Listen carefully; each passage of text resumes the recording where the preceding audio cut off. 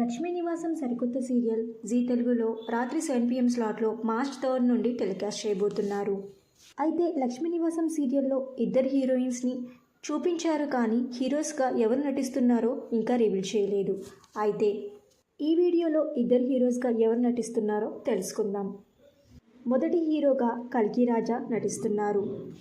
కల్కి రాజా ఎన్నో తెలుగు సీరియల్స్లో హీరోగాను మరియు సీరియల్స్కి ప్రొడ్యూసర్గా గాను వ్యవహరించారు. ఇప్పుడు ఈ సరికొత్త సీరియల్లో శ్రీకాంత్ క్యారెక్టర్లో మన ముందుకు రాబోతున్నారు.